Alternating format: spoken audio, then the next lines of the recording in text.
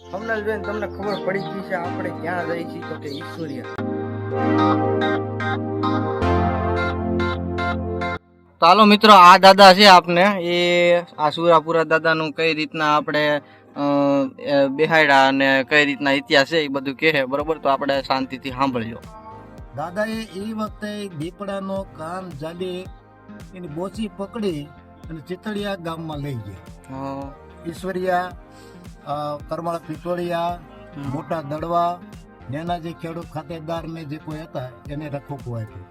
પણ એની સાથે એક પૂતળો રાખતા હતા, એ એનો ચોકીદાર હતો, કાયમનો એનો જોડીદાર હતો. ખાલી રોડ ને કાંઠે ખાંભી હતી, બે અને કુલ ત્રણેયની.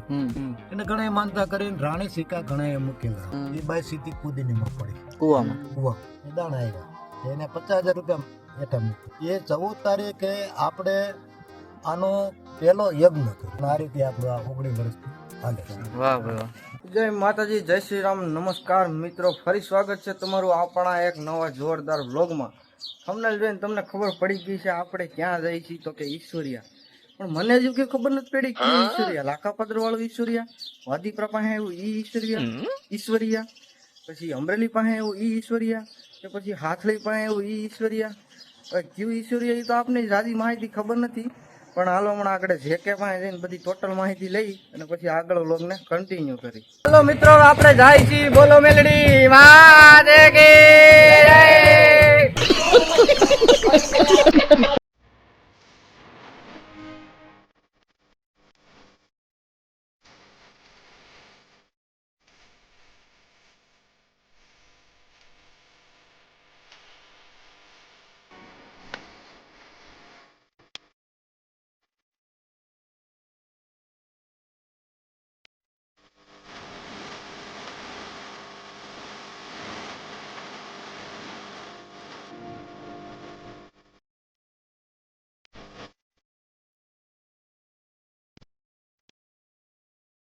ચાલો મિત્રો, આ દાદા છે આપને એ આ સુરાપુરા દાદાનું કઈ રીતના આપણે બેહાડ્યા અને કઈ રીતના ઇતિહાસ છે એ બધું કહે, બરોબર? તો આપણે શાંતિથી સાંભળજો.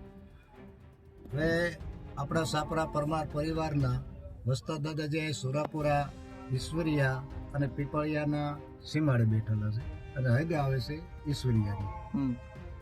આ દાદાનો મૂળ ગામ એટલે ચિતળિયા, જે જસદણની બાજુમાં આવેલું છે.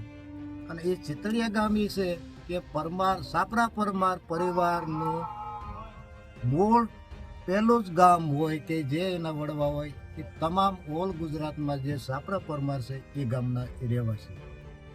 એ વખતે આપણે સ્વરાજ નહોતું, રાજાશાહી હતી. રાજાશાહી વખતે તો જે રાજા હોય કે એની ખેતીવાડી જમીન ભાગમાં આપતા હોય, વાવવા આપતા, એ રીતે ખેતી કાર્ય કરતા અને ખેતી વાવતા. ચિતળિયા ગામમાં જે ગુંડણપરી નદી આવેલી છે, એ ગુંડણપરી નદીને હામે કાંઠે કહેવાય, હામા કાંઠાની વાડી કહેવાય, એ વાડી વાવતા હતા. એ સમયમાં જંગલી જરાવરનો ત્રાસ હતો ને એક દીકડો એક સીમમાં આવ્યો હતો. બરાબર. એટલે સીમમાં આવ્યો એટલે ગામ લોકો, ખેડૂતો કોઈ સીમ જમીનમાં જતા નહોતા. પછી આ દાદાએ કીધું કોઈ જાય કે ન જાય, મારે મારી વાડીએ જવું છે.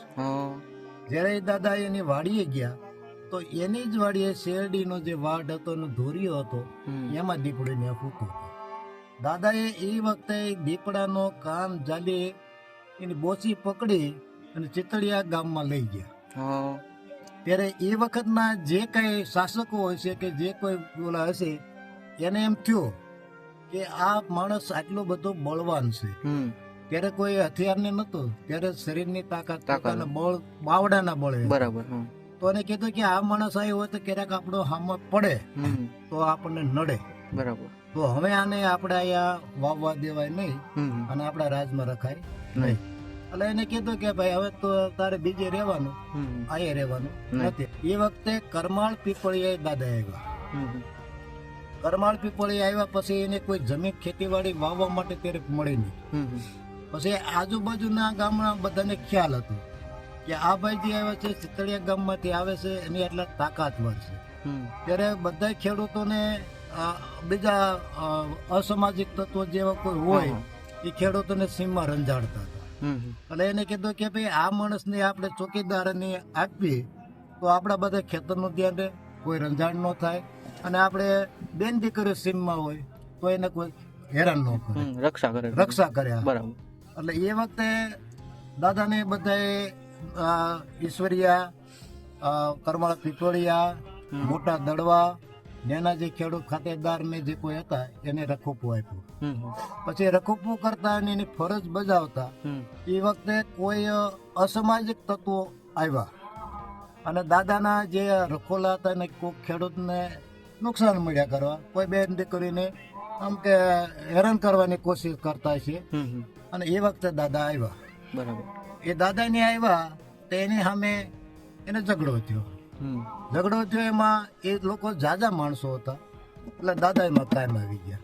પણ એની સાથે એક કૂતરો રાખતા હતા, એ એનો ચોકીદાર હતો, કાયમનો એનો જોડીદાર હતો. બરાબર. જે આપણે મંદિરની બહાર બેહાડ્યા છે. મંદિરની બહાર બેહાડે.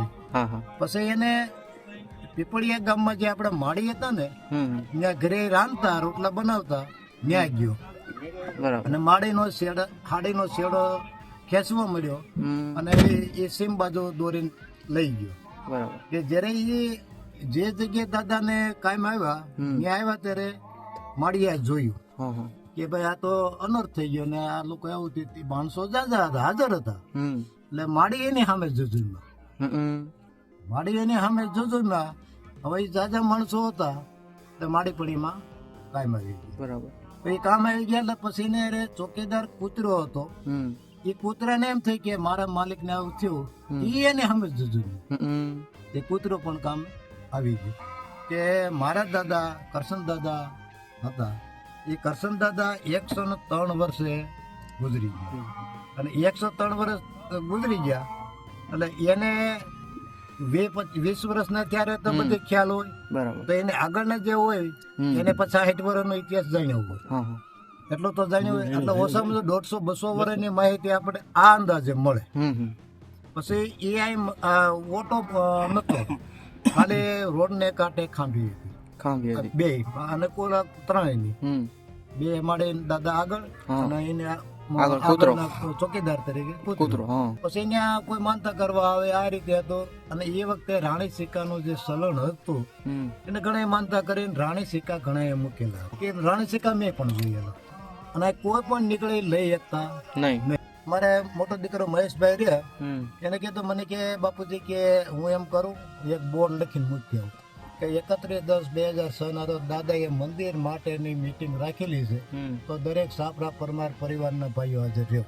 એટલે એ વખતે અહીંયા આપણે 25-30 ગામના જુદા જુદા ભાઈઓ આપણે આવ્યા. પછી કીધું ભાઈ દાદાની રજા આપણે લેવાની. એટલે ત્યાં એ બધું પાથરી અને બધા પંચ ને આ બધું દાદાને જે આપણે માતાજીને પૂછતા હોય એ રીતે ભૂવા બધા પૂછવા મળ્યા. અને મને બોલાવે એટલે વસી ગયો. એટલે મેં કીધું ભાઈ હું તો વચ્ચે બેહું છું, આ વાડીના જે માલિક છે રામજી દાદા સાવલિયા, રામજી દાદા મણ મારી હારે બેહારો. એટલે બે હાર્યા. એટલે મેં એને કીધું દાદા તમારી માલિકી, તમારી જમીન છે, અમારા દાદાના એ ઓટો છે અને અમારે આજે અમે મંદિર બનાવવા માટે ભેળા થયા છીએ, તમે આમાં મંજૂરી આપો છો ને તમારી માલિકીમાં. એટલે એને કીધું કે ભાઈ દાદા જેટલી જમીન કે એટલે હું આપવા તૈયાર છું, એવું નહીં કોઈ માપ નહીં, દાદા કે એટલે મારે જમીન આપીશ. મારા મહેશની દીકરી નામ કૃષ્ણા, એ કૃષ્ણા મેં જીપ ચાલુ કરી દોડીને પાછળ બેસી ગઈ. પછી એ કૃષ્ણાના હાથે ખાતમુહૂર્ત કર્યું, બધા બુઆ બાપાએ બધાના હાથે સમૂહમાં એ ખાતમુહૂર્ત કરીને આ મંદિરનું કામ ચાલુ કર્યું. એટલે મેં વ્યવસ્થા માટે નોખા નોખા ગામને કીધું કે આ વારે તમારે આ વારે તમે 15 દિવસની વ્યવસ્થા કરી. રાજકોટથી 2.5 વર્ષની દીકરી હતી, 6 વર્ષનો દીકરો હતો, એ પગે લાગવા આવ્યા. એ પગે લાગવા આવ્યા એટલે જણ મંદિરની અંદર ગયો, 2 બાળકોને લઈને દાદાને પગે લાગવા ગયા. બાઈ જે હતી ને એ બાઈ અમે બેઠા છીએ, કૂવો અત્યારે હાલ આવી રહ્યો ને એ કૂવો બાંધેલો નતો, બસન જેવો હતો. એ 60 ફૂટ જેવો કૂવો હતો, 3 મેળા હતા. એ બાઈ સીધી કૂદીને માં પડી કૂવા. બરાબર. એટલે મારી સામે ગાંડુભાઈ હવસીભાઈ અમે સૈયદ સાહેબ બેઠા હતા. મેં કીધું ગાંડુભાઈ દોડ કૂવામાં પડ. હવે એને ગમે હોય ગયું તો એને કઈ પૂછ્યું નહીં, એવો જ પડ્યો. તો એટલે બાય વેચાઈને જાગ લેતી. પછી અમારે કોઈ દોડું કે એવું કઈ હતું નહીં. પછી મેં સાદરું ને ઓલું કરીને મેં જવા દીધું અને એને કીધું ભાઈ તમે ચાલી લો. પછી પટ્ટો ખેડીને પંખે જવા દીધો. એમાંથી બેને મેં બહાર કાઢ્યા અને અમારા દાદાએ મારી લાજ રાખી. એટલે કે મારે આવી તકલીફ હતી ને મારે કુટુંબમાં નહોતો ને મારે મકાન મળતું નહોતું ને મારે દાદાએ એમ તો મરી જ જવું છે ને આવું ભાઈ બધી વાત કરો. મેં કીધું બાપા તમે આવી વાત કરવામાં આજે મારા આપણા આખા કુટુંબને કાઢી લગા આખું મંદિરનું કામકાજ ચાલુ છે.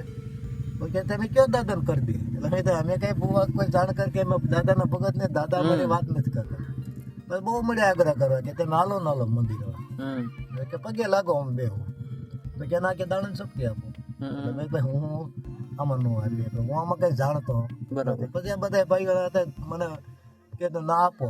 અમે ભાઈ આ ખતર કે દાણા મેં કીધું એટલે આવે તમે તારું કા ભાઈઓ કુટુંબ નથી બોલતા કે તારા હારીએ નથી બોલતા તારું કામ થઈ જાય.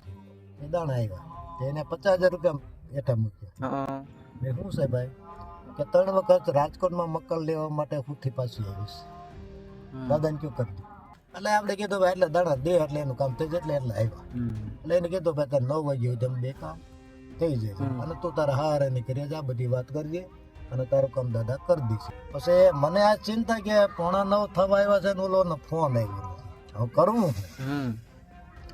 8:45 માટે 2-5 મિનિટ થઈ છે ક્યાં એનો ફોન આવ્યો. મારા હારણ કરે છે મારા લગ્ન ત્યાં અત્યાર સુધી કોઈ આવકારો ન મળ્યો એવો આવકારો બધા મારા હાળામાં બધા બેઠા છે.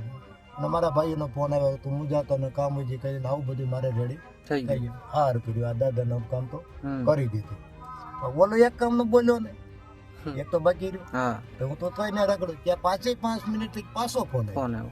મને કે કાકા મારે જે મકાનની વાત હતી એ મકાનનું મારું હાટું થઈ ગયું. રાજકોટથી મારા ભાઈબંધનો ફોન આવ્યો એને ખુદથી આપી દીધી છે હું કાલે આપી દીધી મારે 2 કામ થઈ ગયા. એ 14 તારીખે આપણે આનો પહેલો યજ્ઞ કર્યો 15 તારીખે.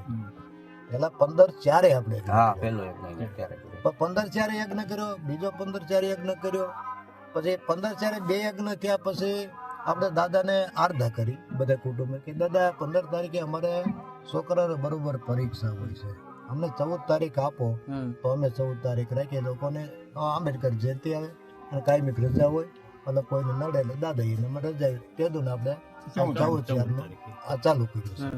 એ 14/4 આપણે યજ્ઞ કરી છે એને 1 તારીખે આપણે મીટિંગ રાખી. જે કોઈ બહાર છે કે મારે ગોળવું પાવું છે કોઈ મને કે શરબત પાવું છે કોઈ કે છાશ લાવી છે કોઈ આને તરબૂચ લાવવું આ તે દિન કીધેલું હોય ને તો અમે આ પાડીએ. આ રીતે આજે 19મું વર્ષ છે. 19મું હા આજે આપણે ચાલુ કર્યું 2006 માં આજ 2025 છે તો એ 19 વર્ષમાં આપણે આ 17મો નવચંડી યજ્ઞ છે.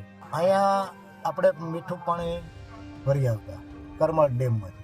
એટલે આપણે ભાઈ મીટિંગમાં કે પાણી બરોબર આવતું નથી. ત્યાં મિનરલ વોટર નવું નીકળે આ ટાણું આવી ને બોટલો એ નવી નીકળેલી એ પાણી મંગાવ્યું મેં તો એ મંગાવ્યું એ 100 બોટલ મંગાવી 100 બોટલ મંગાવી એટલે કે ભાઈ ઠંડુ છે બધું છે એટલે બીજા પાણીને તો આપણે વ્યવસ્થા ન કર્યું અને ત્યાં એટલે થઈ રહ્યું હતું વાસણ આના માટે તો ઓલું પાણી હાલે.